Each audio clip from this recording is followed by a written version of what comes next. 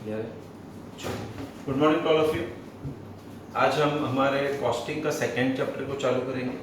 हमने जो पहला चैप्टर कवर किया वो है कॉस्ट शीट।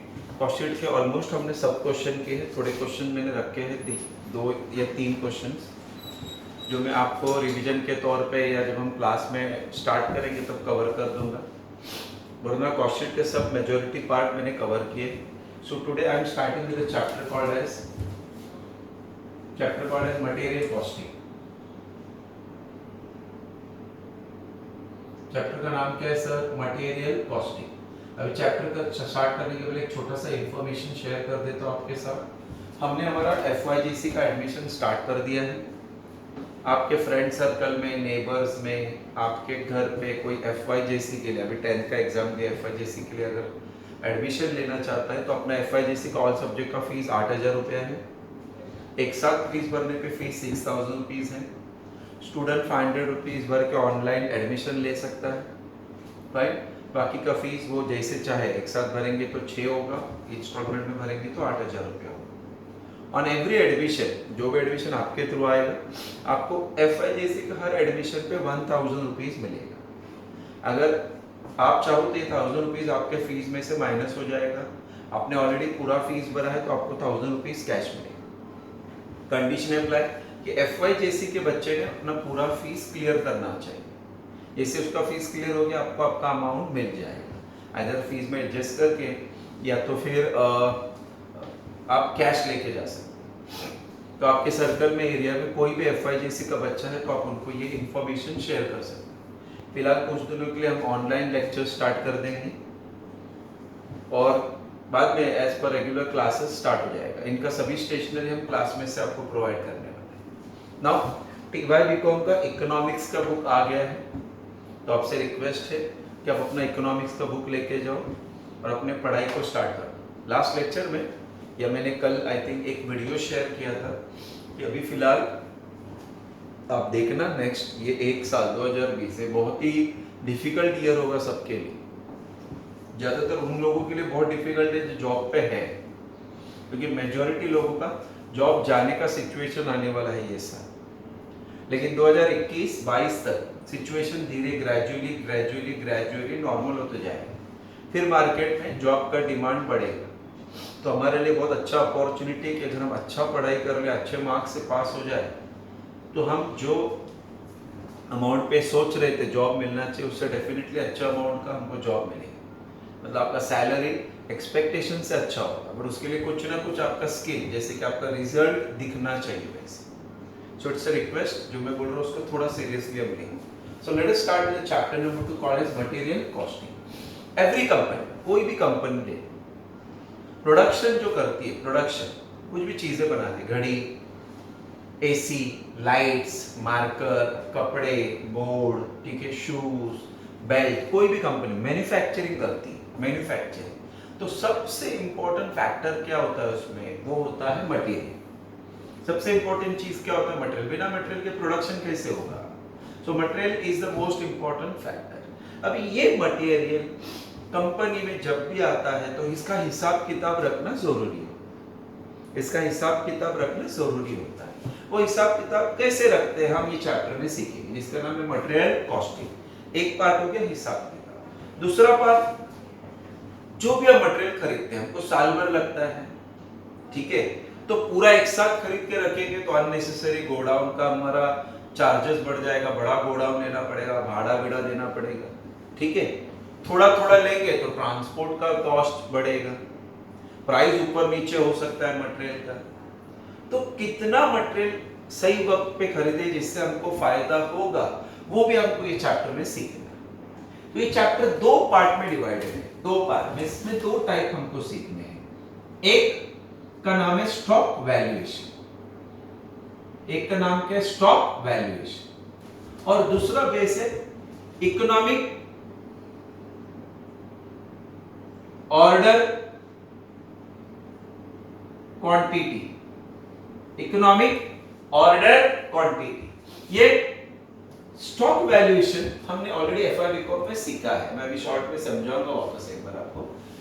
इसमें दो मेथड्स है, दो मेथड्स। एक का नाम है FIFO, first in first out, आपने सीखा रहेगा, first in first out, FIBCom में था।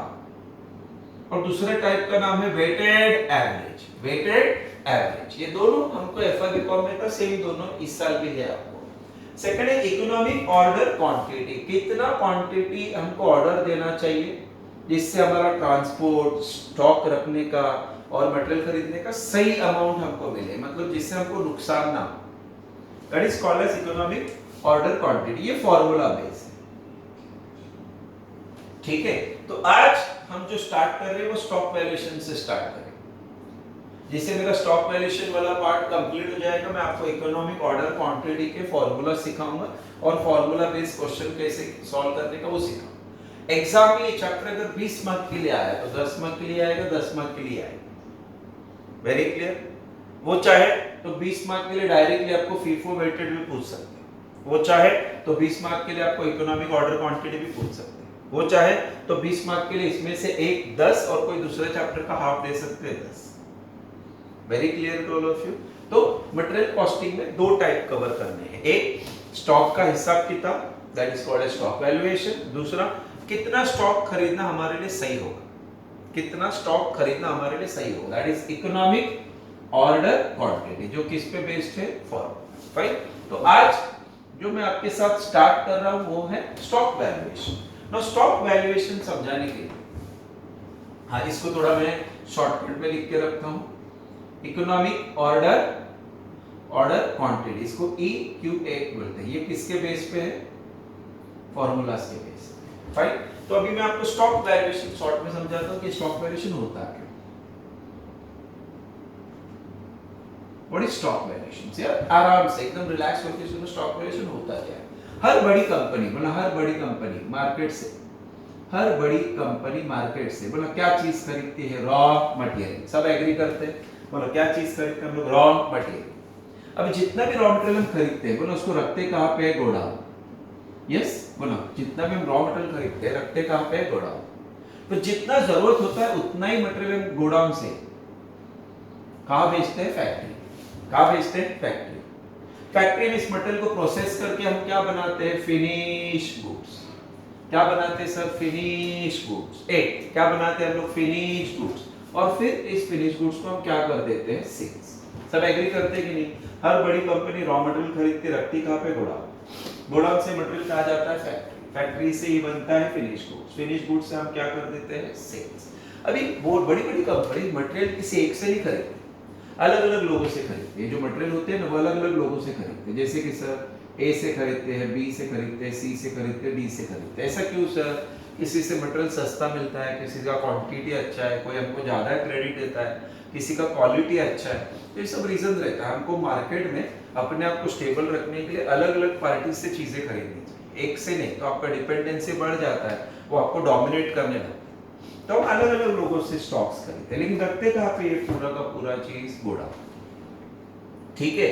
अभी गोडाउन में आपका स्टॉक आ भी रहा है, गोडाउन में स्टॉक आ भी रहा है और गोडाउन से स्टॉक जा भी रहा है। रॉ मटेरियल आ भी रहा है, रॉ मटेरियल जा रहा है। तो गोडाउन में स्टॉक का हिसाब रखना, रॉ मटेरियल का हिसाब रखना जरूरी है। तो कंपनी क्या करती है, गोडाउन में एक आदमी अपॉइंट करती है जिसका नाम रहता है गोडाउन कीपर। एक उसका नाम क्या है, गोडाउन कीपर। और इसे एक बुक देती है जिसका नाम रहता है स्टॉक रजिस्टर।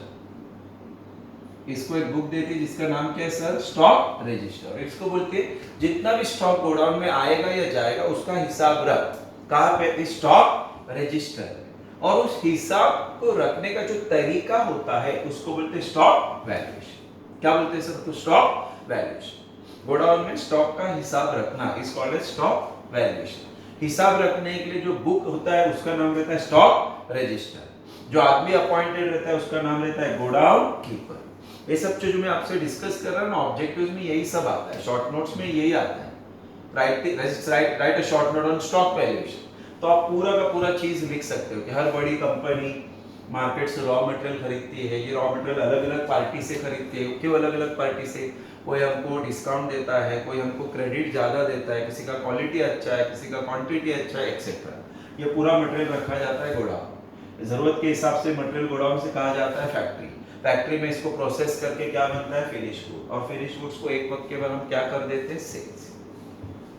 गोडाउन में इस स्टॉक का हिसाब रखने के लिए जो पर्सन अपॉइंटेड रहता है उसका नाम रहता है गोडाउन कीपर, और जो बुक दिया जाता है जिसमें स्टॉक का हिसाब रखते हैं उसको बोलते हैं स्टॉक रजिस्टर, और लिखने के तरीके को क्या बोलते हैं, स्टॉक वैल्यूएशन। हो गया, ये बन गया आपका शॉर्ट नोट। खाली इंग्लिश में लिख के आना बस, ठीक है, जब भी लिखोगे इसको इंग्लिश में लिख के आना, जो मैंने आपको समझाया बस वही चीज है।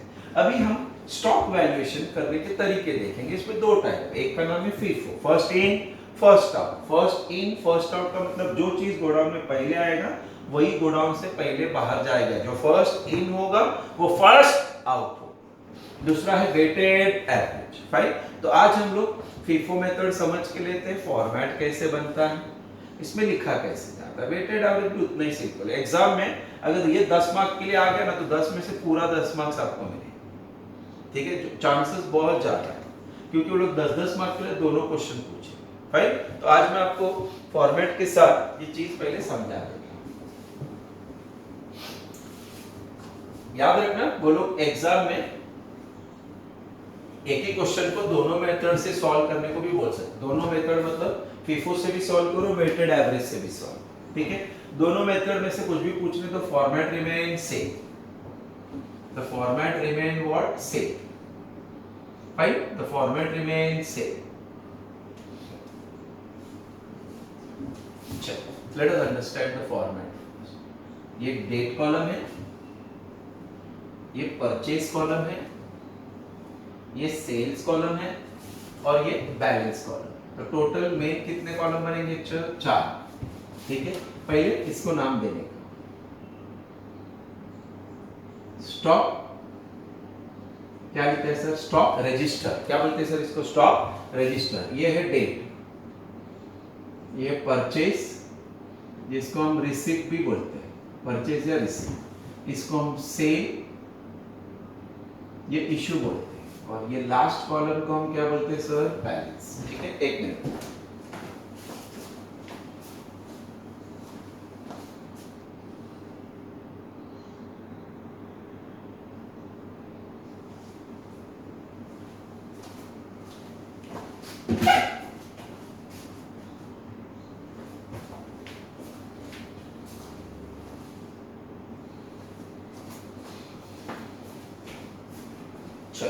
ना हर एक के अंदर और 3-3 कॉलम बने, हर एक के अंदर और 3-3 कॉलम, 3 कॉलम, ये 3 कॉलम बन रहा है, ठीक है, ये 3 कॉलम, और ये भी 3 कॉलम। ऐसा हर एक के अंदर 3-3 कॉलम बनाने का। इन कॉलम्स को नाम देने, क्या नाम देने का सर, क्वांटिटी,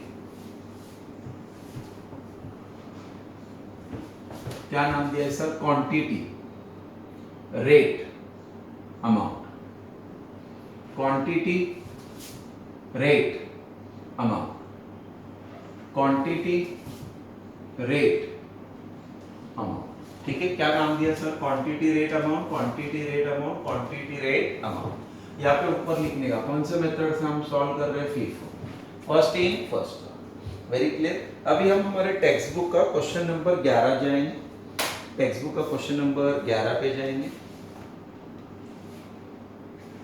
11 पे जाएंगे, क्वेश्चन 11। नाउ क्वेश्चन नंबर 11 क्या बोलते हैं पहले मैं आपको क्लियर कर देता हूँ।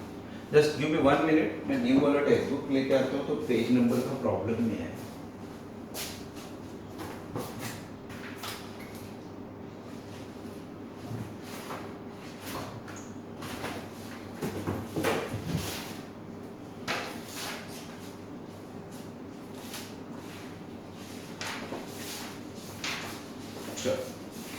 मेरे पास जो टेक्स्ट बुक वो ओल्ड वाला है तो पेज नंबर का प्रॉब्लम नहीं आना चाहिए, इसलिए मैंने नया टेक्स्ट बुक लाया है। Okay, this is question number 11 I am doing, it's on page number 19।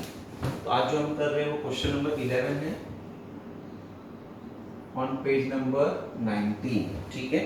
मैं बाद में इसका एक फोटो भी भेज देता हूँ। जो गांव में बैठे हैं ना, टीवाई करने के लिए गांव में बैठे हैं, उनके पास टेक्स्ट बुक नहीं है तो वो क्वेश्चन देख सकते हैं, फाइन। चलो अभी क्वेश्चन में क्या बोला पढ़ रहा हो, ध्यान देना सब लोग, क्वेश्चन में क्या बोला पढ़ रहा हो। Following is the particular prepare a stock record by FIFO and weighted average method. मैं फिलहाल आपको फीफो सिखा रहा हूँ। फीफो एंड वेटेड एवरेज बोला है, रेट ट्रांजैक्शन यूनिट और रेट दिया है। 4 जनवरी को परचेज किया 400 क्वांटिटी, रेट है 30 रुपए। 17 जनवरी को परचेज किया है 600, रेट है 25। 20 को सेल्स किया 500 क्वांटिटी, बेचेंगे जो भी है वो इसमें से बेचेंगे ना जो हमने खरीदा है, बेचेंगे मतलब गोडाउन में भेज रहे हम लोग। फिर परचेज है 800 क्वांटिटी, रेट है 29। फिर 25 और 28 को 2 बार सेल है, 30 तारीख को परचेज है, 31 को सेल है। Stock on hand on 1 January 2014, opening stock दिया है 500 यूनिट्स और रेट है 25। चलो आराम से ना, एक दूसरा एकदम आराम से देखो कौन से मंथ के लिए बोला है, जनवरी, तो एक ही बार लिखने का, जनवरी 2014। बार बार आपको 2014 लिखने की जरूरत नहीं है। क्लियर? जब भी आप परचेज करोगे यहाँ लिखाने का, जब भी आप सेल करोगे यहाँ लिखाने का, और जो बच्चे का बैलेंस यहाँ क्वांटिटी रेट वो लोग देंगे, मल्टीप्लाई करके अमाउंट आ जाए। क्वांटिटी रेट वो लोग देंगे, मल्टीप्लाई करके अमाउंट आ जाए। सबसे पहले ओपनिंग स्टॉक, ओपनिंग स्टॉक का तारीख क्या बोला, 1 तारीख, तो मैंने 1 तारीख लिखा। ओपनिंग स्टॉक जब भी देंगे ना डायरेक्ट बैलेंस में दिखाने का, दिखाने का बैलेंस नीचे दिया है देखो। ओपनिंग स्टॉक कितना यूनिट्स बोला है, 500। वो लोग यूनिट्स बोलेंगे, केजीज बोलेंगे, लीटर्स बोलेंगे, डजन बोलेंगे, एक ही बात है, क्वांटिटी है। What is the rate given, 25। अभी 500 इनटू 25 करने का, तो आंसर इज 12,500। ये हो गया। जब भी आपका बैलेंस लिख के हो जाएगा एक अंडरलाइन कर दो, ये बता देगा कि ये डेट का ट्रांजैक्शन हो गया। बोलो समझा सबको, क्लियर? क्योंकि वो ओपनिंग बैलेंस था, डायरेक्ट मैंने वहां पे लिखा। 1 तारीख के बाद 4 तारीख, यहाँ पे डेट वाइज जाता है क्वेश्चन। 4 तारीख को दिखता है परचेज किया हमने, कितना क्वांटिटी, 400। एक क्या रेट से खरीदा, 30, तो 30, तो 400 into 30 will be 12,000। उस दिन कोई इशू नहीं है, तो इशू के दिन बैलेंस, अभी देखना इशू के दिन हमने डैश कर दिया। अभी बैलेंस लिखने के टाइम ये रूल है, जो स्टॉक तुम्हारे पास पहले से है वो वापस लिख दे, आज जो खरीदा वो उसके नीचे। ऐसा क्यों सर? हर एक तारीख को हमको ये बताना पड़ता है कि पहले का कितना है आज का कितना ओल्ड है कितना न्यू, ठीक है? ऐड करके नहीं लिखना है, अलग अलग लिखना है। क्यों ऐसा सर? दोनों का रेट अलग अलग है, तो ये चीज ही अलग अलग है, इसलिए अलग अलग। देखो मैं कैसे लिख रहा हूँ, पहले 500 लिखा जाएगा एट द रेट ऑफ 25, मतलब 12,500। फिर आज का 400, रेट है 30, तो अमाउंट इज 12। पहले बोलो समझा सबको? पहले ओल्ड बैलेंस लिखने का, फिर न्यू बैलेंस, दोनों क्लियर थे सबको? सो 1 तारीख हो गया, 4 तारीख हो गया। 4 के बाद देखो 17 तारीख फिर से परचेज है, 17 तारीख फिर से परचेज है। बोला कितना क्वांटिटी परचेज किया, 600। एक क्या रेट से, 25, तो 600 into 25 करते हैं। 600 into 25 विल बी 15,000, तो मैंने 15,000 लिखा, ये मैंने डैश कर दिया। अभी बैलेंस लिखने के टाइम मैंने पहले ही बोल दिया सबको अलग अलग रखने का, ऐड करने का नहीं। तो पहले का 500, 25, 12,500, 400, 30, 12,000, और आज का 600, 25, 15,000। पहले बोलो समझा सबको, गड़बड़ नहीं। 1 तारीख को ओपनिंग बैलेंस था, डायरेक्ट लिखा। 4 तारीख को खरीदा 400 यूनिट, 30 के भाव से 12,000 का अमाउंट हो गया, तो ये वापस लिखा ओल्ड वाला, और न्यू वाला उसके नीचे लिखा। फिर वापस आप 600 यूनिट खरीदा 25 के भाव से 15,000 था, तो पहले का 500 लिखा, पहले का 400 लिखा, और आज का 600 लिखा। ये हमारा 1 तारीख, 4 तारीख, 17 तारीख तक हो गया। 17 के बाद 20 तारीख, घाई नहीं करना। 20 तारीख, 20 तारीख को क्या बोला है, सेल मतलब इशू होगा। बोला कितना क्वांटिटी सेल्स बोला है, उधर देखना जरा, 500। कितना क्वांटिटी सेल्स बोला है, 500। अभी मेथड अप्लाई करने का, first in first out, first in first out, first in first out, first in first out. ये तीनों में से कौन सा फर्स्ट है, 500, तो पहला 500 जाएगा, ठीक है? तो पहला 500 जाएगा। हमको कितना जाने को बोला है, सेल्स 500 ही बोला है, तो 500 गया 25 के भाव से एट द रेट ऑफ 12,500। बोलो समझा सबको? तो क्या मैं बोलूं, ये 500 पूरा चला गया, ये 500 पूरा चला गया, ये 500 पूरा चला गया, तो अभी बैलेंस कितना बचेगा, ये 400, 30, 12,000, और ये 600, 25, 15,000। बोलो समझा सबको? अच्छा सर 500 नहीं 600 बोला, तो आप कैसे लिखते हैं? जब ये पूरा 500 में लेता और इसमें से खाली 100 लेता, 600 होना चाहिए ना, तो ये 500 पूरा लेता और इसमें से कितना लेता, 100, 600 हो जाता। तब इसमें से 300 बचता और ये पूरा 600 बचता। फिलहाल खाली 500 बोला था, तो 500 का 500 पूरा चला गया। ये कितना तारीख हो गया, 20 तारीख। क्लियर सबको? चलो आफ्टर 20 नेक्स्ट ट्रांजैक्शन पे जाओ। 22 को क्या बोला है, देखो परचेज। कितना क्वांटिटी परचेज बोला, कितना क्वांटिटी परचेज बोला, 800। तो 800 क्वांटिटी खरीदा, क्या भाव से, 29। तो 800 into 29, the amount is 23,200। 23,200। उस दिन कोई इश्यू नहीं, उस दिन कोई इश्यू नहीं है। तो बैलेंस कैसे लिखो आप ही बताओ। चलो पहले का 430, अमाउंट 12,000, फिर 625, अमाउंट 15,000, फिर आज का 829 और अमाउंट 23,200, अमाउंट 23,200। ये कौन सा तारीख तक हमने कंप्लीट किया, 22। बोलो 22 तक ओके। चलो फिर 25 को सेल्स है, 25 को सेल्स। अभी देखना, ध्यान देना, 25 को सेल मतलब यहाँ पे डैश है। कितना क्वांटिटी सेल करने बोला, कितना, 800 बोला है कि नहीं, 800। अभी रूल याद रखना, first in first out, first in first out, first in first out. 800 चाहिए कि तो पहले ये 400 जाने दो पूरा। 400 गया, 30 के भाव से 12,000 और 400 चाहिए, तो इसमें से और 400 उठाने का। तो 400 गया और क्या रेट से, 25 वाला आइटम। तो 400 इंटू 25, 10,000, 10,000 हो गया ना। 800 गया कि नहीं बाहर। अभी आप बताओ, ये 400 पूरा गया, ये 600 में से 400 गया, तो इस 600 में से अगर 400 गया तो 200 ही बचा, 25 वाला अमाउंट 5,000, और ये तो गया ही नहीं, तो 800 29, 23,200। वेरी गुड, समझा सबको, कोई गड़बड़ नहीं। ये कौन सा तारीख तक कंप्लीट हो गया, 25। 25 के बाद में 28 तारीख जाता है, 28 तारीख। याद रखना, ये हर एक वीडियो को 2-2 बार देखो। सिंपल सिंपल चीज है, जितना होता है कवर करके रखो। सेल्स, कितना सेल्स है, 200। कितना सेल्स बोला है, 200। तो ये पूरा 200 जाएगा, क्या रेट से, 25। So amount is 5,000। क्या मैं बोलूँ, ये गया ही नहीं, तो ये एज इट इज 800 बच गया, 29, 23,200। ये समझा कि सबको, वेरी। ये हमारा 28 तारीख का हुआ है। चलो 28 के बाद आगे जाते हैं 30 तारीख। पढ़ना जरा, 30 तारीख को क्या बोला है, 30 तारीख को परचेस बोला है। कितना क्वांटिटी, 1000, क्या अमाउंट, 26। तो अमाउंट आएगा 26,000। उस दिन कोई इशू नहीं। अभी बैलेंस लिखते टाइम मैंने आपको क्या बोला, पहले ओल्ड वाला बैलेंस लिखने का, 800, 29, 23, 200। फिर आज का लिखने का 1000, 26,000। बोलो समझा कि सबको। चलो 30 तारीख तक कंप्लीट हो गया। फिर 31 लास्ट ट्रांजैक्शन, क्या बोला है, सेल्स। कितना क्वांटिटी का, ओनली 90। दिख रहा है आपको, कितना क्वांटिटी है, 90। एक काम करो, उसको 90 नहीं, 900 करो। वो गलती से 90 हुआ है, मेक इट एज 900। लास्ट वाला ट्रांजैक्शन याद रखना, 90 नहीं 900 होना चाहिए। 900 है, 90 नहीं है। जो लोग सुन रहे हैं ध्यान से सुनो, 90 नहीं 900 होना चाहिए। 900 जाने को बोला है, तो क्या मैं बोलूँ, ये 800 पूरा जाएगा, 29। तो ये हुआ 23,200। और जो 1000 में से और 100 लेंगे, देखो ना, 900 होना चाहिए, 26। सो अमाउंट आएगा 2,600। पहले बोलो ये ओके क्या सब लोग। अभी आप बताओ, ये 800 पूरा गया और ये 1000 में से 100 गया, तो बचा कितना, 900 at the rate of 26। तो 900 into 26 will be 23,400। ये लास्ट ट्रांजैक्शन है क्या, हाँ है। तो चलो लास्ट डे को इसको डबल अंडरलाइन, सिंगल क्वांटिटी, बस खत्म। लास्ट डे को जो बचेगा 2 होता तो ऐड करके लिखता मैं, 2 होता तो सिंगल है ना, एक ही लीजिए। तो 900 खत्म। देखो ये आपको एग्जाम में 10 मार्क्स देने वाला है। इससे सिंपल, इससे टिकाऊ कुछ हो ही नहीं सकता। एग्जाम में 10 मार्क्स देगा है क्या, कुछ भी नहीं। फाइन। तो मैं एक बार इसको आराम से रिवाइज करता हूँ, सब भूल जाओ, खाली आप फोकस करो।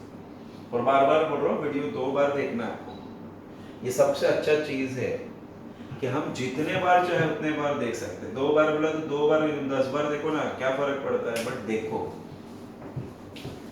Stock register, FIFO method, 4 column में डेट, परचेज या रिसीट बोलो, सेल्स या इशू बोलो, बैलेंस। आया तो इधर, गया तो इधर, बचा तो इधर। सब में 3 column, quantity rate amount, quantity rate amount, quantity rate amount. 1 तारीख को डायरेक्ट ओपनिंग बैलेंस बोला था, तो मैंने डायरेक्ट ओपनिंग बैलेंस यहाँ पे लिखा है। 500 बोला था, 25 मल्टीप्लाई करके अमाउंट आया। 4 तारीख को हमने 400 यूनिट खरीदा, 30 के भाव से 12,000 अमाउंट, डैश डैश डैश। हमेशा बैलेंस लिखते टाइम पहले ओल्ड बैलेंस लिखने का, आज जो खरीदा उसके नीचे लिखना। तो पहले का 500, आज का 400, ये होते ही अंडरलाइन कर, ऐड करके नहीं लिखने का, पहले ओल्ड बैलेंस फिर लिखो। 17 को फिर से 600 यूनिट 25 के भाव से 15,000 का माल खरीदा, बैलेंस लिखते टाइम पहले का 500, पहले का 400 और आज का 600 अंडरलाइन कर। 20 तारीख को 500 यूनिट इशू करने बोला, इशू मतलब गोडाउन से जाएगा, सेल करने बोला है या इशू करने बोला, एक ही बात है। ये तीन में से पहला कौन सा है, फर्स्ट इन कौन सा हुआ है, पहला कौन सा आया है 500, तो ये पूरा 500 गया, 25 वाला मल्टीप्लाई करके ये अमाउंट आया। अभी बैलेंस कैसे लिखा सर, ये 500 पूरा गया, 400 एज इट इज बचा है, 600 एज इट इज बचा है, 400 बचा, 600 बचा। फिर 22 तारीख को 800 क्वांटिटी खरीदा, ये बहुत से ये अमाउंट है, बैलेंस लिखते हैं पहले का 400, पहले का 600 और आज का 800। लेक्चर। फिर 25 तारीख को उन्होंने बोला 800 यूनिट इशू करो, ध्यान देना, तो मैंने क्या किया, पहले पूरा 400 वाला लिया, फिर ये 600 में से और 400 लिया, दिख रहा है आपको। अब ये 400 पूरा गया, इसमें से 400 गया, दिख रहा है, तो इसमें से 200 बचा, ये गया ही नहीं, पूरा बच गया। क्लियर सबको। चलो फिर 28 तारीख को वापस 200 यूनिट इशू करने को बोला, तो ये 200 एज इट इज दिख रहा है, ये 200 पूरा चला गया और खाली 800, ठीक है। 30 तारीख को 1000 यूनिट आया, 26 के भाव से 26,000, बैलेंस कितने टाइम पहले का 800 लिखा, अभी का 1000। क्लियर सबको, चलो वेरी गुड। फिर 31 को वहां पे टाइपिंग मिस्टेक से 90 बोला है, 90 नहीं वो 900 होना चाहिए, मैंने 900 करके दिया है इस बुक में, ये 900 यूनिट्स। तो अभी पहले का 800 पूरा चला गया, फिर इसमें से और 100 चला गया, तो पूरा 800 चला गया, इसमें से 100 चला गया, तो इसमें से कितना बचा, 900, 26 ये लास्ट अमाउंट है, खत्म। ऐसे लास्ट डेट पे दो अगर अमाउंट, दो क्वांटिटी रहते तो दोनों ऐड करके टोटल करने का, दो अमाउंट रहते तो दोनों ऐड करके टोटल करने का, एक ही है तो उसको डबल अंडरलाइन किया। बोलो समझा के सबको। ये हमने मटेरियल कॉस्टिंग का स्टॉक वैल्यूएशन का फीफो मेथड सीखा। नेक्स्ट लेक्चर में मैं तुमको वेटेड एवरेज सिखाऊंगा, उसके बाद में जो भी क्वेश्चन करूंगा, मैं अगर फीफो से करूंगा तो आप वेटेड से ट्राई करना, मैंने वेटेड से किया तो फीफो से ट्राई करना, ठीक है। तो फिलहाल के लिए फीफो पे कॉन्सेंट्रेट करो। आप चाहो तो टेक्स्ट बुक का कोई भी एक क्वेश्चन फीफो से वापस ट्राई कर सकते हो प्रैक्टिस पर्पस, तो जब मैं सॉल्व करूंगा आप उसको क्रॉस चेक भी कर सकते हो। क्लियर पे सबको। हर बड़ी कंपनी प्रोडक्शन के लिए रॉ मटेरियल खरीदती है, ठीक है, तो रॉ मटेरियल सबसे इंपॉर्टेंट चीज है, तो उसका हिसाब किताब रखना चाहिए, उसका हिसाब किताब रखने को बोलते हैं स्टॉक वैल्यूएशन। अब ये स्टॉक साल भर में हमको चाहिए, तो किस वक्त इसको खरीदना चाहिए, कितना खरीदना चाहिए जिससे कि कंपनी को प्रॉफिट होगा, स्टॉक खरीदने में नुकसान ना हो, उसको बोलते हैं इकोनॉमिक ऑर्डर क्वांटिटी। तो इकोनॉमिक ऑर्डर क्वांटिटी कैसे ढूंढने का, वो फॉर्मूला बेस्ड है, फॉर्मूला अप्लाई किया आंसर मिलते जाए, 4 इंफॉर्मेशन लोग देते हैं, लेकिन वो सेकंड पार्ट में हम सीखेंगे। आज के लिए इतना हम फाइंड अप कर देते हैं। फाइन, प्लीज आपका इकोनॉमिक्स का बुक आया है, जल्दी से आके इकोनॉमिक्स का बुक कलेक्ट करें। Good bye.